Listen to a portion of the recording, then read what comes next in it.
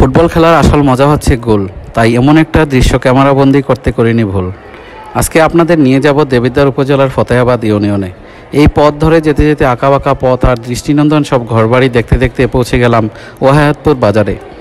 পাশেই নয়নপুর গ্রাম। এখানে এক বিশাল ফুটবল টুর্নামেন্টের আয়োজন করা হয়েছে। নানান দেশের খেলোয়াড় দিয়ে সাজানো হয়েছে আজকের ফুটবল খেলার আয়োজন।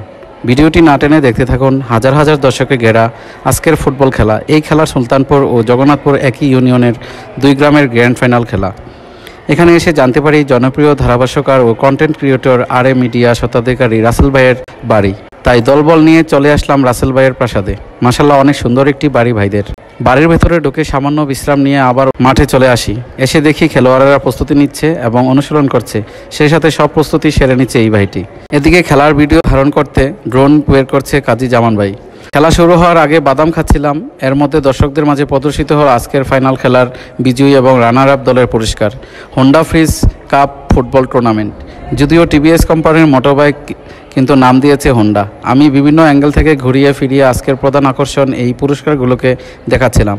আজকের খেলাটি ভিডিও ধারণ করছে ড্রোন ভিউ বিডির টিম রাসেল ও শাওন। এছাড়া রয়েছে বিভিন্ন প্রিন্ট এবং ইলেকট্রনিক মিডিয়া। খেলা সম্পর্কে স্থানীয় এক প্রতিনিধি বলেন, খেলাধুলার উৎসাহ দেওয়ার জন্য এলাকার মানুষকে মাদক থেকে দূরে রাখার জন্য আমরা এই মাঠটিকে সম্প্রসারণ করি এবং আজকের এই খেলায় আমি অত্যাধিক আনন্দিত এবং উল্লাসিত। খেলার উত্তরোত্তর ভবিষ্যৎ উজ্জ্বল কামনা করছি। এদিকে খেলা শুরু হওয়ার সময় ঘনিয়ে আসছে আর দর্শকেরা গাছে বাড়ির ছাদে যে যেদিকে পারছে খেলা দেখার জন্য প্রস্তুতি নিচ্ছে। বলতে বলতে খেলোয়াড়দের প্রস্তুতি ঝালিয়ে নিচ্ছে নাইজেরিয়া, উগান্ডা সহ বিভিন্ন দেশের খেলোয়াড়েরা। স্ক্রিনে যাকে দেখতে পাচ্ছেন তিনি আজকের খেলার বিশেষ আকর্ষণ। ভাইটি সৌদি আরব থেকে একদিনের জন্য চলে এসেছেন খেলা উপভোগ করার জন্য। তারপর তিনি খেলায় সম্পৃক্ত লোকেদের বকশিশ দিচ্ছিলেন। গণ্যমান্য ব্যক্তি খেলার পরিচালক ও খেলোয়াড়দের নিয়ে কিছু নির্দেশনামূলক কথা বলে উদ্বোধন করছিলেন। রেফারি বাঁশিতে ফু দিলেন, খেলা শুরু হলো না মাইকের শব্দের জন্য, তবে পুনরায় আবার খেলা আরম্ভ করে দিলেন।